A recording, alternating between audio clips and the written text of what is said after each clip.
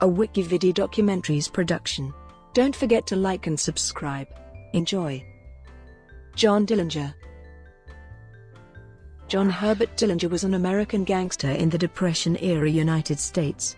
He operated with a group of men known as the Dillinger Gang, or Terror Gang, which was accused of robbing 24 banks and 4 police stations, among other activities. Dillinger escaped from jail twice. He was also charged with, but never convicted of, the murder of an East Chicago, Indiana, police officer who shot Dillinger in his bulletproof vest during a shootout, prompting him to return fire. Despite his infamy, it was Dillinger's only homicide charge. He courted publicity, and the media of his time ran exaggerated accounts of his bravado and colorful personality, styling him as a Robin Hood figure.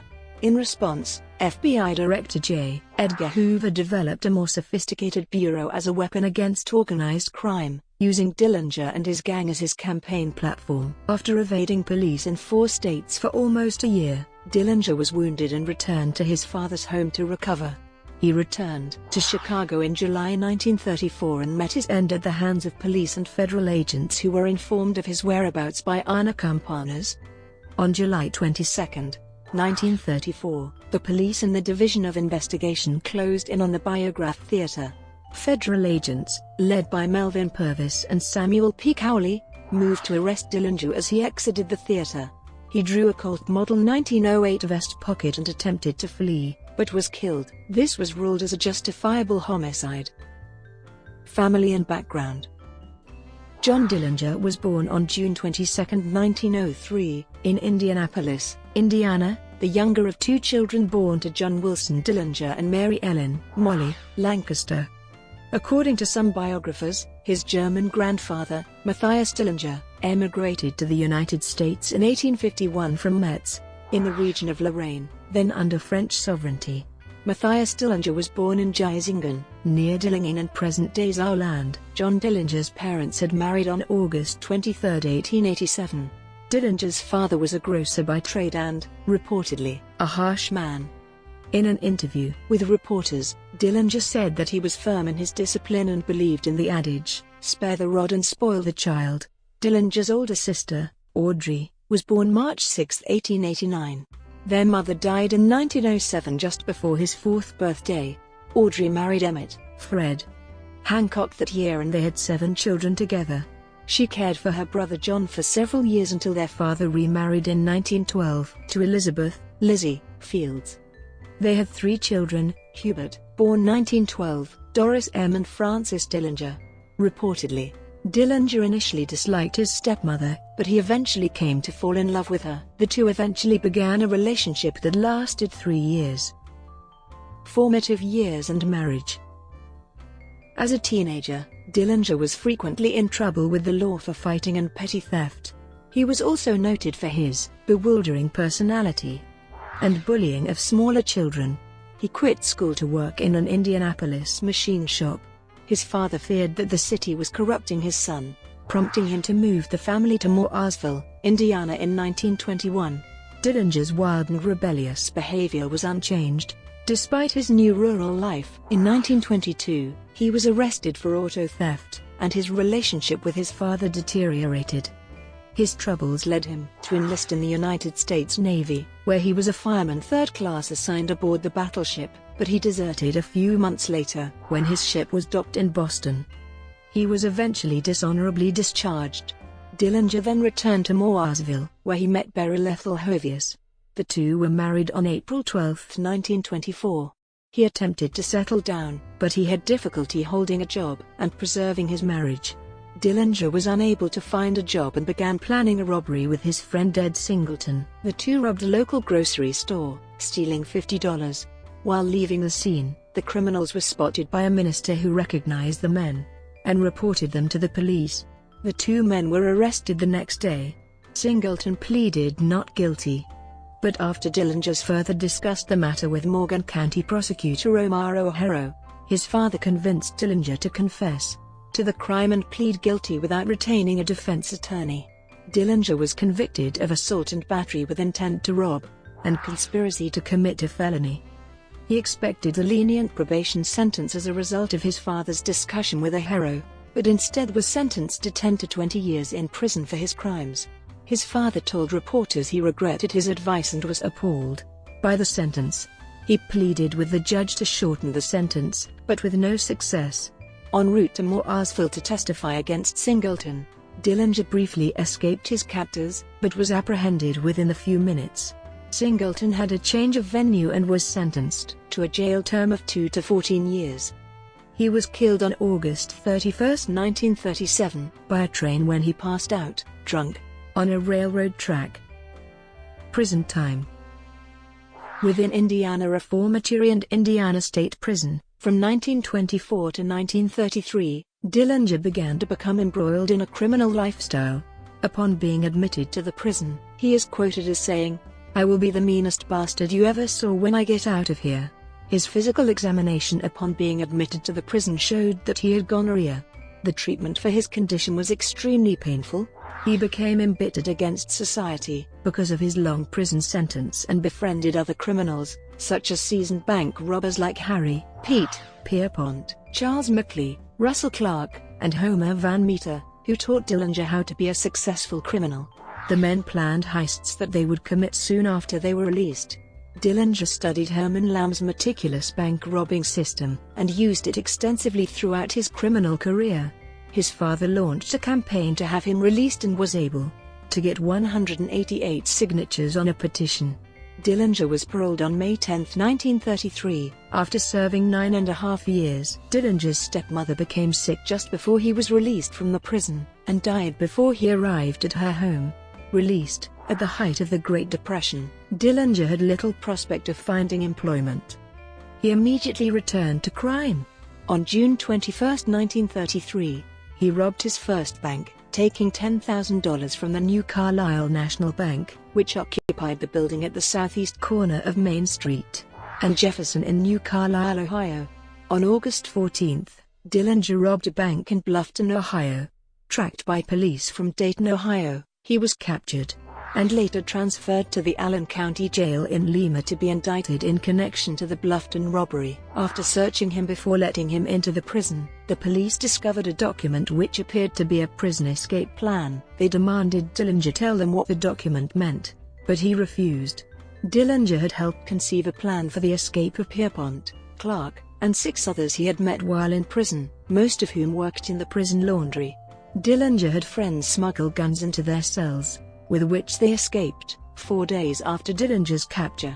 The group, known as the First Dillinger Gang, comprised Pete Pierpont, Russell Clark, Charles Mackley, Ed Schaus, Harry Copeland, and John Red Hamilton, a member of the Herman Lamb Gang.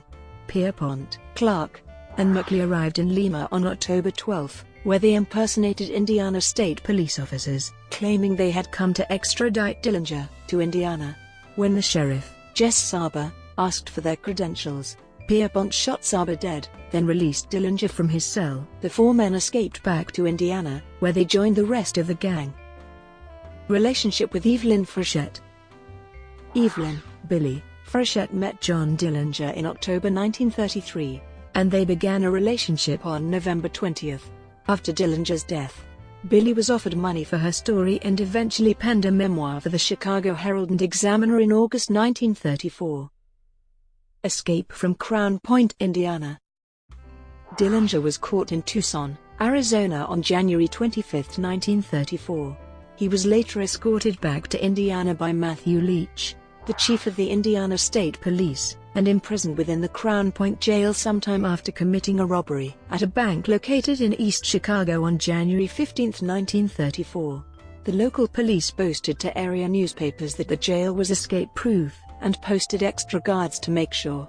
What happened on the day of Dillinger's escape on March 3 is still open to debate. Deputy Ernest Blunt claimed that Dillinger had escaped using a real pistol, but FBI files make clear that Dillinger carved a fake pistol from a potato.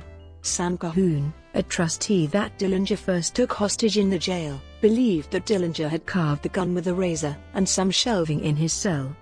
However, according to an unpublished interview with Dillinger's attorney, Louis Paquette, and his investigator, Art O'Leary, O'Leary claimed to have sneaked the gun in himself. On March 16, Herbert Youngblood, a fellow escapee from Crown Point, was shot dead by 3 police officers in Port Huron, Michigan. Deputy Sheriff Charles Kavanaugh was mortally wounded in the battle and died a few hours later. Before he died, Youngblood told the officers that Dillinger was in the neighborhood of Port Huron, and immediately officers began a search for the escaped man, but no trace of him was found. An Indiana newspaper reported that Youngblood later retracted the story and said he did not know where Dillinger was at that time, as he had parted with him soon after their escape. Dillinger was indicted by a local grand jury, and the Bureau of Investigation organized a nationwide manhunt for him. After escaping from Crown Point, Dillinger reunited with his girlfriend, Evelyn Frechette, just hours after his escape at her half-sister Patsy's Chicago apartment, where she was also staying. According to Billy's trial testimony, Dillinger stayed with her there for almost 2 weeks, but the two actually had traveled to the Twin Cities and moved into the Santa Monica Apartments, Unit 106, 3252 Girard Avenue South, Minneapolis, Minnesota on March 4 and met up with Hamilton and mustered a new gang, and the two joined Babyface Nelson's gang, composed of Homer Van Meter, Tommy Carroll, and Eddie Green. 3 days after Dillinger's escape from Crown Point, the second gang robbed a bank in Sioux Falls, South Dakota. A week later they robbed First National Bank in Mason City, Iowa. Lincoln Court shootout. Dillinger and Billy eventually moved into apartment 303 of the Lincoln Court Apartments, 9395 South Lexington Avenue in St. Paul, Minnesota on Tuesday, March 20, using the aliases Mr. and Mrs. Carl T. Hellman. The 3-story apartment complex had 32 apartments, 10 units on each floor, plus 2 basement units. Daisy Coffey, the landlord/owner, would testify at Frechette's trial that she spent most evenings during the Hellman's stay furnishing apartment 310, which enabled her to observe what was happening in apartment 303 directly across the courtyard. On March 30, Coffey went to the FBI's St. Paul field office to file a report, including information about the couple's new Hudson sedan parked in the garage behind the apartments. The building was placed under surveillance by 2 agents, Rufus Colter and Rusty Knowles, that night, but they saw nothing unusual, mainly due to the blinds being drawn. The next morning at approximately 10:15, Knowles circled around the block looking for the Hudson, but observed nothing. He parked first on Lincoln Avenue, then on the west side of Lexington Avenue, at the northwest corner of Lexington and Lincoln, and remained in his car while watching Colter and St. Paul Police Detective Henry Cummings pull up, park, and enter the building. 10 minutes later, by Nowell's estimate, Van Meter parked a green Ford coupe on the north side of the apartment building.